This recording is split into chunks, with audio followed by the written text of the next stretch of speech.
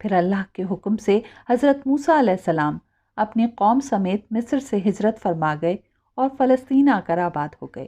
اب بنی اسرائیل قوم پہلے جیسی نہیں رہی تھی، بلکہ یہ لوگ مصر میں رہتے ہوئے فرعونوں کا تکبر، ماہر جادوگروں کا علم اور دنیا پر حکمرانی کے گر سیکھ چکی تھی، یعنی ان میں فرعونوں کی تمام صفات شامل ہو چکی تھی۔ فلسطین آ کر بنی اسرائیل قوم سرکش اور نافرمان ہو گئی اور مصری جادوگروں سے سیکھا ہوا جادو اور عملیات کو اپنے مقاصد کے لیے استعمال کرنا شروع کر دیا۔ یہ شیطانی عملیات مخصوص اعداد و شمار اور علامتوں پر مشتمل ہوتے تھے، جنہیں قبالہ کہا جاتا ہے۔ اس قوم نے اس جادو میں مصری جادوگروں سے بھی زیادہ مہارت حاصل کر لی اور یہ لوگ اس جادو کو اپنے دشمنوں کے خلاف استعمال کرنے لگے، یہاں تک کہ حضرت سلیمان علیہ السلام کا دور آیا۔ اللہ تعالیٰ نے آپ کو عظیم بادشاہت عطا کی اور جنات کو بھی آپ کا تابع کر دیا۔ حضرت سلیمان کی وفات کے بعد بنی اسرائیل کے یہودیوں نے لوگوں کو ورغلانا شروع کر دیا اور یہ افواہ پھیلائی کہ نعوذ باللہ حضرت سلیمان کالا جادو کرتے ہیں، جس کی وجہ سے جنات آپ کے تابع تھے۔ چنانچہ بنی اسرائیل کے لوگوں نے ان گمراہ کن باتوں میں آ کر قبالہ نامی کالے جادو کو سیکھنا شروع کر دیا، یہاں تک کہ جادو کی کتابوں کو ہیکل سلیمانی میں مقدس کتابوں کا درجہ دے کر رکھ دیا گیا۔ لہٰذا اس قوم پر اللہ کا عذاب نازل ہوا۔ ہیکل سلیمانی پر 2 مرتبہ حملہ ہوا۔ پہلا حملہ بخت نصر اور دوسرا حملہ ٹائٹس نامی بادشاہ نے کیا اور ہیکل سلیمانی کو مکمل تباہ کر دیا۔ یہاں موجود 1.5 لاکھ بنی اسرائیلیوں یعنی یہودیوں کو بھی قتل کر دیا گیا۔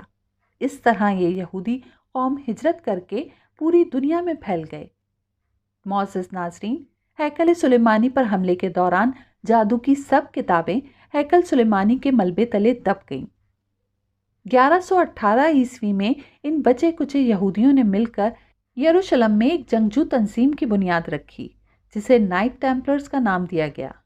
اس تنظیم کا مقصد ہیکل سلیمانی میں موجود ان جادوئی کتابوں کو تلاش کرنا تھا، اور یہ نہایت شاطرانہ انداز سے اس میں کامیاب بھی ہو گئے، کیونکہ 1860 عیسوی میں جب برطانوی فوج کے 2 انجینئرز نے ہیکل سلیمانی کے نیچے کھدائی کی تاکہ کچھ سروے کر سکیں، تو وہاں انہیں سرنگوں کا ایک جال نظر آیا جو ان نائٹ ٹیمپلرز نے کھودی تھیں تاکہ ہیکل کے کھنڈرات سے وہ نایاب جادوئی کتابیں ڈھونڈ سکیں۔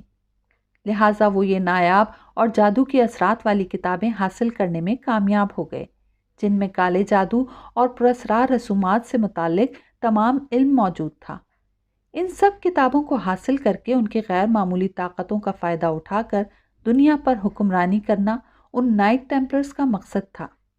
یہ لوگ عیسائیوں کے ساتھ مل کر صلیبی جنگوں میں بھی لڑے اور بظاہر خود کو عیسائی دکھا کر دنیا پر حکمرانی کا خواب دیکھتے رہے، مگر سلطان صلاح الدین ایوبی جیسے عظیم بادشاہ کے ہوتے ہوئے ان کی زندگی کے یہ ناپاک عزائم کامیاب نہ ہو سکے۔ ناظرین، عیسائی اور یہودی ایک دوسرے کے مذہبی دشمن ہیں، کیونکہ عیسائیوں کا عقیدہ ہے کہ یہودیوں نے ہی حضرت عیسیٰ علیہ السلام کو سولی پر لٹکایا تھا، اور جب عیسائیوں کو ان نائٹ ٹیمپلرز کی یہودی ہونے کا یقین ہوا تو ان کو قتل کرنا شروع کر دیا۔ مجبوراً یہ یہودی اسکاٹ لینڈ ہجرت کر گئے اور وہاں سے اپنا اثر و رسوخ پورے برطانیہ تک پھیلا دیا۔ یہاں ان نائٹ ٹیمپلرز نے لوگوں کو دولت اور طاقت کے سہانے خواب دکھانا شروع کر دیے، کیونکہ وہ لوگوں پر حکمرانی کرنے اور ان کی نفسیات سے کھیلنے کے تمام گر جان چکے تھے۔ یوں لوگ لالچ کا شکار ہو کر ان میں شامل ہوتے گئے۔ یوں یہ تنظیم تیزی سے پھیلنے لگی، یہاں تک کہ سن 1128 عیسوی میں اسے مذہبی تنظیم کے طور پر تسلیم کر لیا گیا۔ جلد ہی یہ تنظیم دنیا کے تربیت یافتہ اور تجربے کار لوگوں پر مشتمل ہو گئی۔ اس تنظیم کا سرغنہ گرینڈ ماسٹر کہلاتا تھا اور اس کے نائبین ماسٹر کہلاتے تھے۔ گرینڈ ماسٹر کا حکم نائٹ ٹیمپلرز کے لیے خدا کے حکم کا درجہ رکھتا تھا۔ ناظرین، پرانے زمانے میں لوگ بیرون ملک سفر کرنے سے گھبراتے تھے، کیونکہ راستے میں انہیں ڈاکوؤں اور راہزنوں کا ڈر رہتا تھا۔ لہٰذا ان نائٹ ٹیمپلرز نے تھوڑی سی فیس کے بدلے میں لوگوں کی رقم ایک جگہ سے دوسری جگہ پہنچانا شروع کر دی اور سود لینا شروع کر دیا۔ اسی سسٹم کے ذریعے آگے چل کر بینکنگ کا نظام متعارف کروایا گیا۔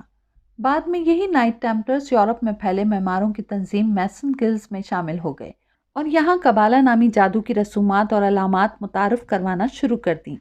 17ویں صدی میں نائٹ ٹیمپلرز نے اپنے ہم خیال معماروں سے مل کر اپنی تنظیم کا نام فری میسن رکھ دیا اور یوں فری میسن نامی خفیہ تنظیم وجود میں آ گئی، جس کا مقصد دنیا میں آزاد خیالی اور دین سے بیزارگی کو فروغ دینا تھا، انسان کے اندر جنس پرستی اور مادی خیالات کو پروان چڑھانا تھا۔ سن 1776 میں فری میسنز نے مل کر ایک تنظیم ایلومیناٹی کے نام سے قائم کی، جس کے نظریات اور مقاصد فری میسنز جیسے ہی تھے۔ اس تنظیم کے ذریعے دنیا کے بڑے بڑے فری میسنز کی مدد لے کر دنیا بھر کے مذاہب کو تباہ کرنے کے لیے منصوبے تشکیل دیے گئے۔ یورپ میں جنگوں کو بڑھایا گیا اور بینکنگ اور عالمی مالیاتی ادارے بنا کر دنیا کی معیشت کو کنٹرول کرنے کا طریقہ متعارف کروایا گیا، کیونکہ دنیا کو کنٹرول کرنے کا واحد طریقہ اس کی معیشت کو کنٹرول کرنا ہے۔ ان فری میسنز نے ایک تیر سے دو شکار کر کے مغرب میں جنگ کروا کر مذہب خصوصاً مسلمانوں کے خلاف نفرت اور مذہبی بیزارگی کو بڑھایا اور دوسری طرف اپنے ہتھیار بیچ کر کھرب پتی بن گئے۔ یوں قبالہ نامی یہ جادو فری میسن سے ہوتا ہوا ایلومیناٹی تک پہنچ گیا، جس نے دنیا میں مذہب سے بیزارگی، اخلاقی پستی اور جنسی خواہشات کو متعارف کروا کر لوگوں کو گمراہ کرنے اور اپنے مقاصد کے لیے استعمال کرنا شروع کر دیا۔ اس مقصد کے لیے یہ تنظیم خود سامنے نہیں آتی، بلکہ شیطانی معاہدہ یا اسٹننگ ایگریمنٹ کے ذریعے اپنے پیروکاروں اور چیلوں سے یہ غلط کام کرواتی ہے۔ ناظرین، قبالہ جادو کی تفصیلات اور حقیقت صرف یہودی ہی جانتے ہیں اور اس جادو کو دنیا بھر میں متعارف کروا دیا گیا ہے تاکہ لوگوں کو الجھا کر اس علم کو چھپایا جا سکے اور اس کے ذریعے مسلمانوں کو فتنوں اور نقصان میں مبتلا کیا جا سکے، کیونکہ آج ہمارا حال یہ ہے کہ ہم توہم پرست اور قرآن و حدیث سے دور ہو چکے ہیں، جبکہ دشمن کے ان ہتھ کنڈوں اور چالوں کا ہر حل قرآن و حدیث میں موجود ہے۔ ناظرین، یہ تو آپ جانتے ہی ہیں کہ ہر کمال کو ایک دن زوال ضرور ہے۔ جلد ہی امید کی ایک کرن دنیا پر چھا جانے والی ہے، جو ان تمام طاقتوں کے لیے ایک ڈراؤنا خواب اور سیسا پلائی دیوار ثابت ہوگی، اور وہ اللہ کی طرف سے بھیجا گیا مسیحا ہوگا جو ان تمام شیطانی طاقتوں کا قلع قمع کر دے گا۔ اللہ ہمارے ایمان کی حفاظت کرے اور ہمیں دین کی سمجھ بوجھ اور اس پر عمل پیرا ہونے کی توفیق عطا فرمائے۔ ناظرین، یہ تو تھی قبالہ نامی جادو کی تاریخ اور حقیقت۔ امید ہے کہ آپ کو میری یہ ویڈیو پسند آئی ہوگی۔ اگر ویڈیو اچھی لگے تو اس کو لائک اور شیئر ضرور کیجیے اور چینل کو سبسکرائب کرنا نہ بھولیے۔ بہت جلد ملتے ہیں کسی نئی معلومات کے ساتھ، تب تک اپنا خیال رکھیے گا، دعاؤں میں یاد رکھیے گا۔ اللہ حافظ۔